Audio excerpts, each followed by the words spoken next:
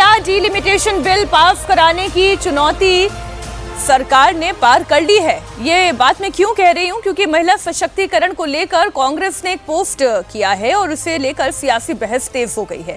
संसदीय कार्य मंत्री किरण रिजिजू ने कांग्रेस के आधिकारिक एक्स पोस्ट को शेयर करते हुए राहुल गांधी पर तंज कसा। उन्होंने उम्मीद जताई कि अब कांग्रेस महिला आरक्षण विधेयक का बिना शर्त समर्थन करेगी। कांग्रेस के पोस्ट को शेयर करते हुए किरण रिजिजू ने लिखा है कि ये कांग्रेस पार्टी की ओर से आया हुआ एक पॉजिटिव मैसेज है। उन्होंने लिखा कि महिलाओं को लेकर राहुल गांधी के विचारों में स्पष्ट बदलाव दिखाई दे रहा है। रिजिजू ने कहा कि उन्हें उम्मीद है कि कांग्रेस पार्टी अब महिला आरक्षण विधेयक का बिना किसी शर्त के समर्थन करेगी। अब राहुल गांधी ने अपने इस वीडियो में क्या कहा है वो आपके लिए जानना जरूरी है। उन्होंने कहा कि महिलाओं की ऊर्जा दबकर रह गई है, उन्हें अपनी बात रखने और अपने सपने देखने का पर्याप्त अवसर नहीं दिया जाता है। I got a question about women, which I answered, but then since then I've been thinking about it more deeply, and I was thinking to myself that the energy of India's women is trapped, is not allowed to express itself, is not allowed to imagine. वैसे तो 2.5 minute का पूरा video है, तो वो पूरा video तो मैं आपको नहीं दिखा सकती, लेकिन उस वीडियो का सार यही है कि किरण रिजिजू से इंटरप्रेट कर रहे हैं कि विमेन रिजर्वेशन के लिए, विमेन रिजर्वेशन तो पहले भी पास हुआ था, डिलिमिटेशन के साथ रिजर्वेशन के लिए राहुल गांधी तैयार हो गए। मन बदल रहा है क्या कांग्रेस पार्टी का?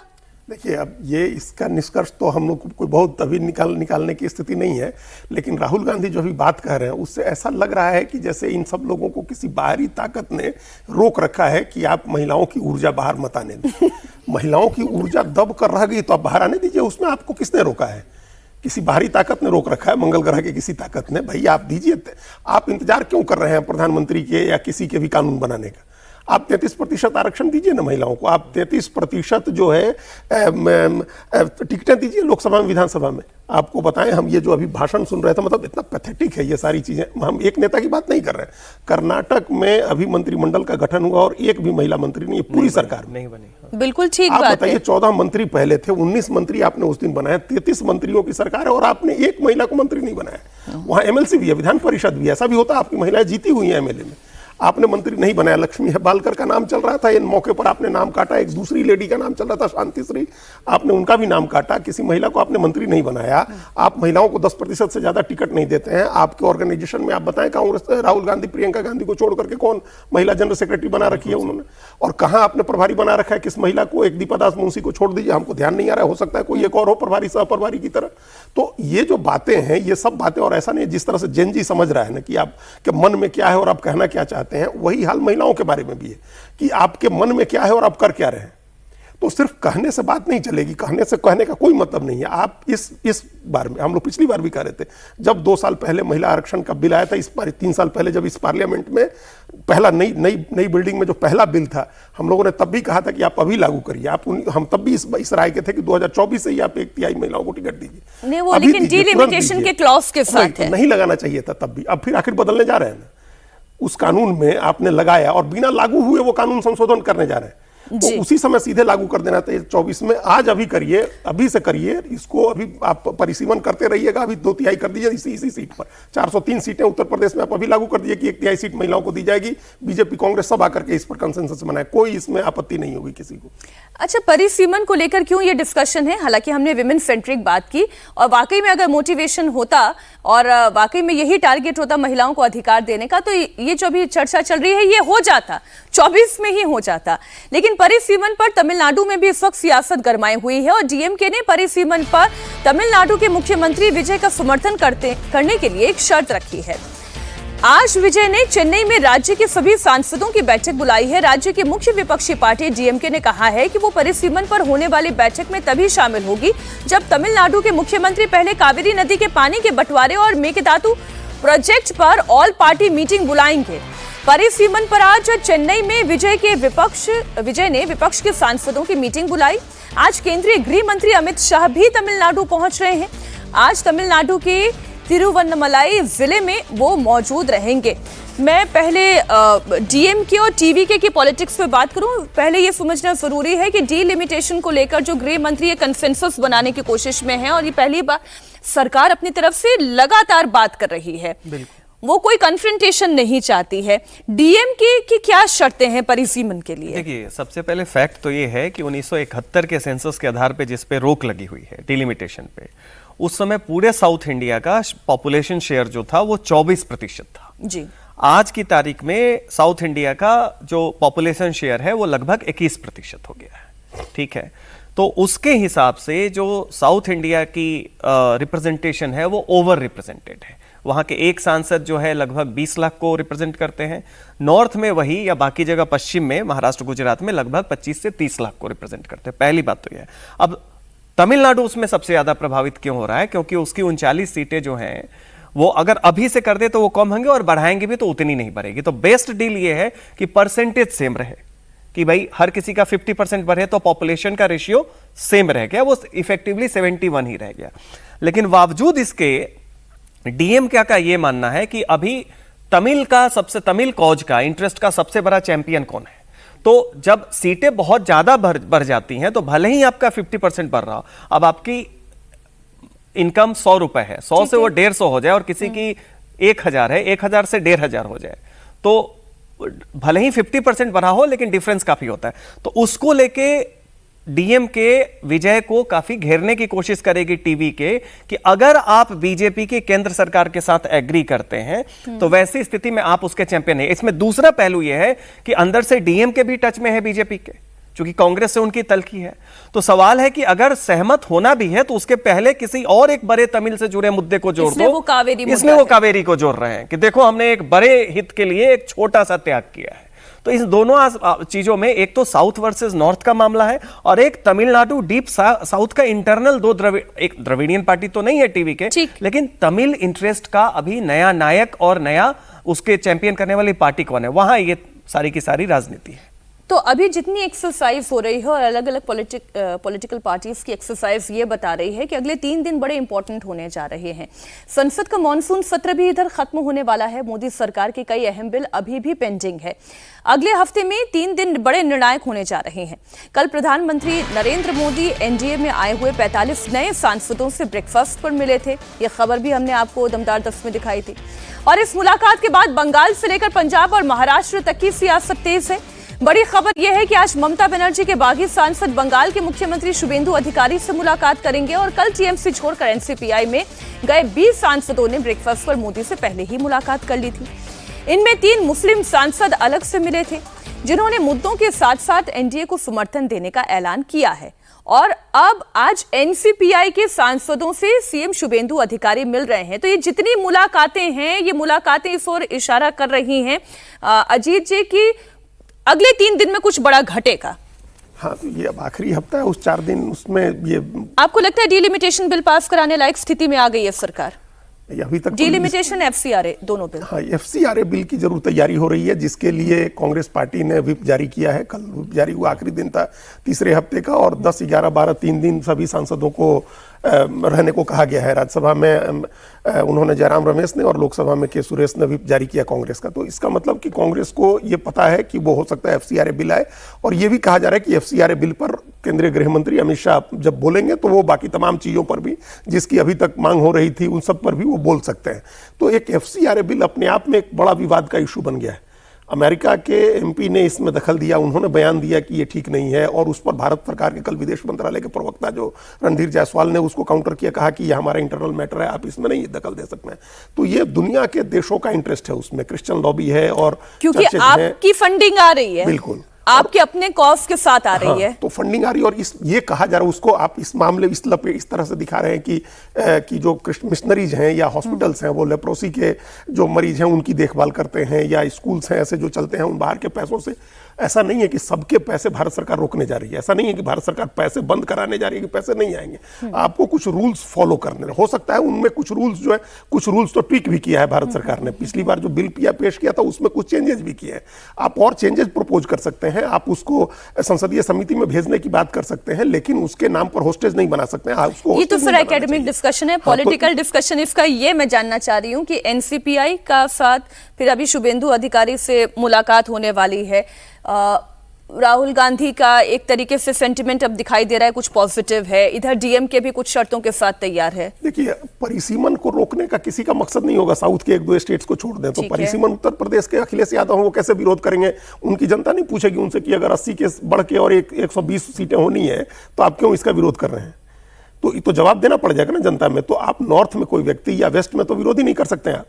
जिन लोगों ने डेमोग्राफिक डिविडेंड पहले लिया हुआ है साउथ के स्टेट, वो इसका मान लीजिए विरोध कर रहे थे, तो वहां भी डीएमके का मामला हम लोगों ने देख लिया। कल भी हम लोग डिस्कस कर रहे थे, जो शर्तें उनकी हैं उन शर्तों को मान करके कर देंगे तो राहुल गांधी की मजबूरी हो जाएगी। ये हो सकता है कि इस पर कंसेंसस बन जाए, ना आप महिला आरक्षण को रोक सकते हैं, 1/3 ना उसका विरोध कर सकते हैं, ना परिसीमन का विरोध कर सकते हैं, वो करना ही है आपको। मोदी की एक और मीटिंग है जो देश के 3 राज्यों की सियासत को गरमाती है। महाराष्ट्र और बंगाल के साथ साथ पंजाब में भी हलचल है। पंजाब चुनाव से पहले नरेंद्र मोदी ने अकाली दल के चीफ सुखबीर सिंह बादल से मुलाकात की। इस मीटिंग के बाद पंजाब चुनाव में बीजेपी और अकाली दल के बीच गठबंधन को लेकर कयास है। हालांकि अभी इसकी आधिकारिक घोषणा नहीं हुई है, लेकिन चुनाव से पहले हुई यह मुलाकात राजनीतिक तौर पर अहम मानी जा रही है। पंजाब बीजेपी के अध्यक्ष केवल सिंह ढिल्लों कह रहे हैं कि उनकी तैयारी सभी 117 सीटों पर चुनाव लड़ने की है, लेकिन आला कमान का फैसला आखिरी होगा। देखो, प्राइम मिनिस्टर साहब सबके साझे हैं, सारे देश के प्राइम मिनिस्टर हैं, कोई भी सीनियर लीडर उनको मिल सकता है। सुखबीर सिंह बादल डिप्टी सीएम रहे हैं और मुझे खुशी है कि पंजाब के कोई अच्छे भले की बात करके आए होंगे। गठजोड़ असी कहने पंजाब वाले 117 सीटों पे हम अकेले लड़ेंगे, हमारी तरफ से कुछ नहीं हो रहा। पंजाब बीजेपी की तरफ से 117 सीटों पे अकेले लड़ेंगे। अगर प्रधानमंत्री अमित शाह जी चाहेंगे तो फिर तो, अगर प्रधानमंत्री अमित शाह जी तो हाई कमांड है, जो कहेंगे वो तो होगा ही होगा। ये इस वक्त सज्जन जी पंजाब में क्या चल रहा है? ये देखिए, पृष्ठभूमि देखिए कि 97 में वाजपेयी जी के समय जब अकाली और बीजेपी गठजोड़ हुआ तो ग्रामीण पंजाब और अर्बन पंजाब उसका भी गठजोड़ था। चूंकि वहां डेमोग्राफी सिखों की गांव जो है वो सिख मेजोरिटी, उसमें हिंदू बहुत कम है, गुरुदासपुर को छोड़ दे तो और पठानकोट को छोड़ दे तो, और बाकी शहरी इलाकों में जो 38% हिंदू हैं उनकी संख्या ठीक ठाक है। तो एक तो वो डेमोग्राफी, उसने मिलिटेंसी से भी पंजाब को एक लंबे समय तक पंजाब जो है वो स्टेबिलिटी की तरफ बढ़ा। वैसी स्थिति में किसान आंदोलन के बाद जब उन्हें लगा कि जट सिख और किसान आइडेंटिटी, वो नाराज है बीजेपी से, तो अकाली ने खुद को हटा ली। लेकिन आज स्थिति यह है बीजेपी और अकाली दोनों के लिए, और जट सिख जो नेतृत्व हो उसके लिए भी, अगर आप देखिए अंदर ही अंदर ये अलग अगर रहते हैं कि किसान एक सेक्शन नाराज है उससे, तो अकाली को भी और घाटा है, हाशिए पे तो है ही है। और बीजेपी के तमाम प्रयास के बावजूद उनकी एक ज्योग्राफिकल बाउंड्री है कि वो अर्बन पंजाब तक सीमित है। तो वैसी स्थिति में ये, और प्रधानमंत्री ने देखिए किसान आंदोलन के समय से पंजाब को लेके और काफी सावधानी बरती और हर बार आप कह सकते हैं कि अपीज की है, करतारपुर कॉरिडोर से लेकर आगे अपीज तक की है। उसके बाद से तमाम उनके सिक्योरिटी का देखिए, आधे घंटा उनका कारवां रुका रहा, सब रखा, लेकिन कोई ऐसा स्टेटमेंट नहीं है जिससे कहा जाए कि इन्होंने घेरने की कोशिश की।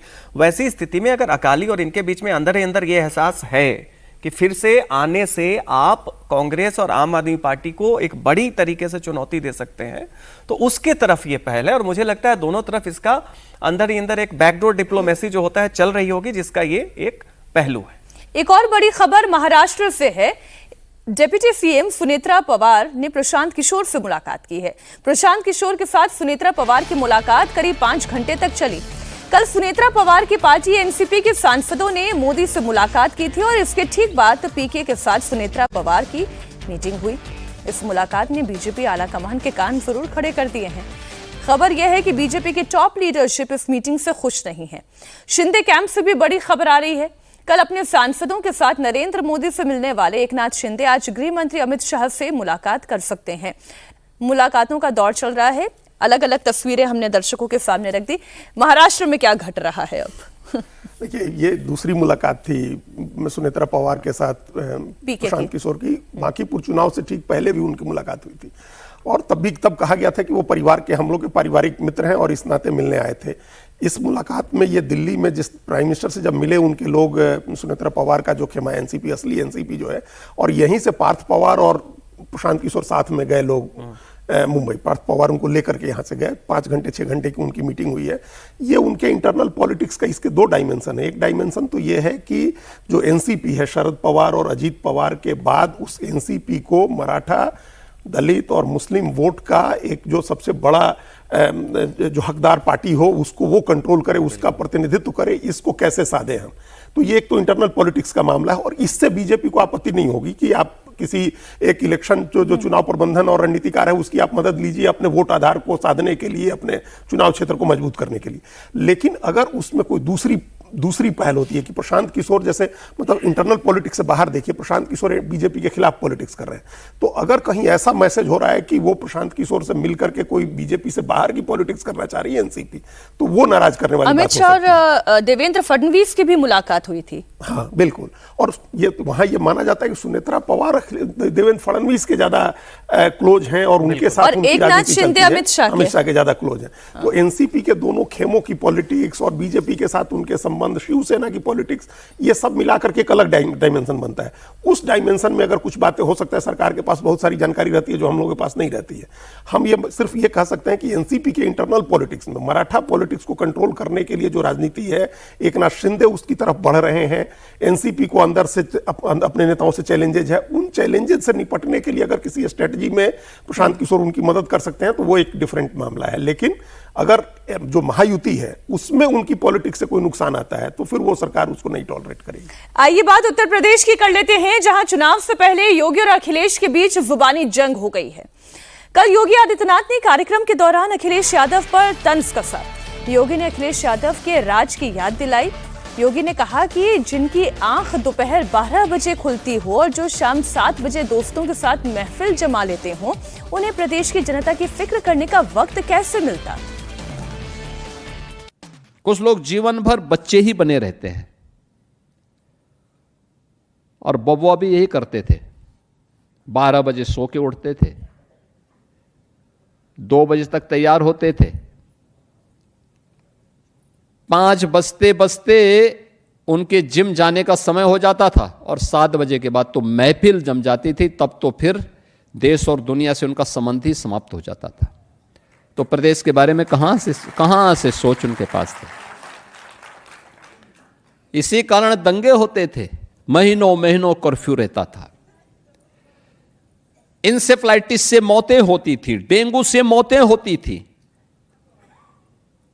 गरीब का बच्चा जिन बेसिक शिक्षा परिषद की स्कूलों में पढ़ता है, उन बेसिक शिक्षा परिषद के स्कूलों के बुरे हाल थे। अखिलेश यादव ने भी जवाब देने में देर नहीं की। अखिलेश यादव ने सोशल मीडिया एक्स पर पोस्ट करके सीधे योगी को टारगेट किया। अखिलेश यादव ने लखनऊ अग्निकांड का जिक्र करते हुए लिखा कि पीड़ित मां के साथ कैमरे पर बदजुबानी हुई, खुद का नहीं तो उन पदों का तो सम्मान करना चाहिए जिस पर वो बैठे हैं। ये ना परलोक की मां का सम्मान करना जानते हैं और ना इस लोक की मां का। इन्हें मन से माफ किया क्योंकि वो किसी और के असर में है। अब जाते हुए लोगों से क्या शिकवा, क्या शिकायत। पोस्ट इनके तंज बड़े अच्छे होते हैं सज्जन जी, लेकिन ये मां तक पहुंच गई है बात। नहीं देखिए, एक तो चुनाव का संदर्भ है और दूसरी बात अखिलेश यादव कम से कम तंज करने में काफ़ी, मतलब भारत के जितने भी अभी विपक्ष के नेता हैं उनमें सबसे आगे हैं। और कभी कभी अच्छा तंज भी कर लेते हैं और कभी कभी तलखी भरा तंज करते हैं। ये तलखी भरा तंज है। लेकिन यहाँ पे बात यह है कि जो योगी आदित्यनाथ ने बात की वो उसका एक हो सकता है, लेकिन हम लोग हमेशा कहते हैं कि भारत में अगर बीजेपी के खिलाफ एंटी इनकम्बेंसी भी है फिर भी वो क्यों जीतते हैं। इसका कारण है कि 2 तरह के पॉलिटिशियन है, एक 6 AM पॉलिटिशियन और एक 12 PM पॉलिटिशियन। एक वो पॉलिटिशियन है जो 6 बजे उठ के, और वो संघ के संगठन का एक बहुत बड़ा देखिए हर चीज विचार और इससे नहीं चलता है कि आपका नैरेटिव क्या है। सुबह 6 बजे से शाखा में जाके उनके तमाम एफिलिएट संगठन 8 बजे तक घर में जाके मिल के छोटा बहुत अपना संपर्क कर लेते हैं और एक ही परिवार को अलग अलग एफिलिएट ऑर्गेनाइजेशन मिलते हैं। मुलायम सिंह यादव के बाद या लालू यादव के बाद जो उनकी अगली पीढ़ी है, इनके बारे में पहले से भी कहा जाता था कि इनका समय ही शुरू 12 बजे से होता है। उसके बाद आप वीआईपी जो पत्रकार आते हैं दिल्ली से वगैरह, उनको ज्यादा तरजीह देते हैं, लोकल कार्यकर्ताओं के टच में नहीं है। तंज की बात सही है, लेकिन और ये जितनी तमाम विपक्षी पार्टियां हैं ये आइडियोलॉजिकली ही केवल हाशिए पे नहीं है, वो तो एक छोटा पक्ष होता है। आपका 1-to-1 कनेक्ट आपकी पार्टी का, कार्यकर्ताओं का कितना है, तो वो बात है। योगी की सबसे बड़ी ताकत क्या है वहां पे कि समाजवादी पार्टी का जो रेफरेंस, और रेफरेंस से ज्यादा उसकी परसेप्शन जी उत्तर प्रदेश में कि इसमें लॉलेसनेस थी, और उसका कॉन्ट्रास्ट ब्लैक एंड व्हाइट में, ये आज भी इनकी ताकत है। चढ़ावा चोरी का मामला और सब, इसमें योगी को फायदा ही हुआ है, इनको कहीं नुकसान नहीं हुआ है। वैसे एसआईटी की बात तो इन्होंने ही की, जांच भी इन्होंने शुरू की। अब ये इनका इस पे भी कहना ठीक है, भाई जब हमसे कहा जाएगा तभी हम जांच करेंगे। निश्चित तौर पर वैसे भी ये संघ परंपरा से नहीं, हिंदू महासभा परंपरा से आते हैं योगी। तो लोग उस, अगर आप थोड़े बहुत संघ से और उन सारी व्यवस्था से नाराज भी हैं, योगी को उससे इम्यूनिटी मिली हुई है, ये एक सच है। तो इससे योगी जो है उत्तर प्रदेश में और मजबूत होकर, एक प्रॉब्लम बस ये है कि केंद्र से भी वो इम्यूनिटी है या नहीं है, इस पर कई बार चर्चा होती है। बात होगी भारतीय क्रिकेट टीम के स्टार प्लेयर ऋषभ पंत ने अपने गृह राज्य उत्तराखंड लौटने और वहां पर अपना पहला घर बनाने की इच्छा जाहिर की है। इसके लिए उन्होंने सोशल मीडिया प्लेटफॉर्म एक्स पर उत्तराखंड के मुख्यमंत्री पुष्कर सिंह धामी से रिक्वेस्ट किया। सीएम धामी ने उन्हें सहयोग का भरोसा भी दिया। इस वक्त श्रीलंका दौरे पर मौजूद पंत ने आधी रात एक्स पर लिखा कि वो दिल्ली से अपना बेस शिफ्ट करना चाहते हैं, उत्तराखंड में जमीन खरीदना चाहते हैं, लेकिन पिछले 3 साल से लगातार कोशिश के बावजूद वो ऐसा नहीं कर पाए हैं। ऋषभ पंत ने सीएम धामी के लिए लिखा कि जमीन अधिग्रहण में मेरी मदद करें, क्योंकि आजकल स्पष्टता के साथ जमीन मिलना एक बुरा सपना बन गया है। फिर सीएम धामी ने रिप्लाई भी किया, प्रिय ऋषभ, आप उत्तराखंड के गौरव हैं। आपके उठाए गए विषय के संबंध में संबंधित अधिकारियों को निर्देशित किया जा रहा है, वे जल्द ही आपसे संपर्क कर नियम के मुताबिक हर संभव सहयोग करेंगे। थोड़ी हैरानी होती है, ऋषभ पंत को भी ये परेशानी है? नहीं, ये परेशानी पूरे देश की है, ये जमीन की परेशानी है। और इस बात को ये एक इशू लग रहा है ऐसे कि एक व्यक्ति का इशू है, लेकिन आप देखिए बिहार में, उत्तर प्रदेश में, दिल्ली में आप जाइए, आपको बिना लिटिगेशन वाली जमीन मिल जाए, कोई ऐसी जमीन मिल जाए जिसमें कोई गड़बड़ी नहीं हो, आप खरीद लें, उसके बाद कोई मुकदमेबाजी नहीं हो। ये एक बड़ी समस्या हो गई है जमीन को लेकर के। जितनी ठगी की कहानी आ रही है उतनी और कहीं नहीं आ रही। तो ये और उत्तराखंड और हिमाचल प्रदेश ऐसे पहाड़ी राज्य हैं जहां जमीन को लेकर के कुछ नियम भी अलग तरह के बने हुए हम लोगों को पता है कि हिमाचल प्रदेश में छरबड़ा में जिस तरह से प्रियंका गांधी वाड्रा को जमीन लेने में जो जिस तरह से नियमों को शिथिल किया गया था, तो ये हो सकता है कि इसको इस तरह की समस्या आ रही हो कि ये जो जमीन लेना चाह रहे हैं उस मात्रा में न मिले, उसमें कानूनी समस्या आ रही हो, जंगल वन का मामला हो, ये सब कई तरह के इशू हो सकते हैं जिनको निपटाया जाएगा कानून के जरिए। और ये एक अच्छी इसका दूसरा पहलू ये है कि आप देखिए महेंद्र सिंह धोनी ने अपना बेस कहाँ बनाया, वो इतने बड़े प्लेयर हैं, उन्होंने रांची में बनाया। तो रांची में उन्होंने घर बनाया, रांची में अगर वो चाहें एकेडमी बना करके बच्चों को ट्रेनिंग करना, उनका प्रैक्टिस करने के लिए जाना, वहाँ जो स्टेडियम है रांची का, उस स्टेडियम में, तो उस तरह से अगर, और इसके बाद देखिए रांची और पटना से, बिहार झारखंड से बड़ी संख्या में खिलाड़ी निकलने लगे, ये धोनी इफेक्ट है। तो अगर ऋषभ पंत जाते हैं, उत्तराखंड में बसते हैं, वहाँ अपना घर बना के रहना शुरू करते हैं, हर छुट्टी में वो वहाँ जाते हैं, तो वो एक पीढ़ी को मोटिवेट करेंगे आगे क्रिकेट में आने के लिए। तो एक जमीन का मामला भी है और क्रिकेट का मामला भी है, इससे जुड़ा हुआ। इससे पुष्कर सिंह धामी ने भी तुरंत उसमें रिप्लाई किया और फाइल ओके कर दी। आज दमदार 10 में चर्चा को यहीं विराम देते हैं। अजीत जी आपका भी, सज्जन जी आपका भी बहुत शुक्रिया हमारे साथ जुड़ने के लिए।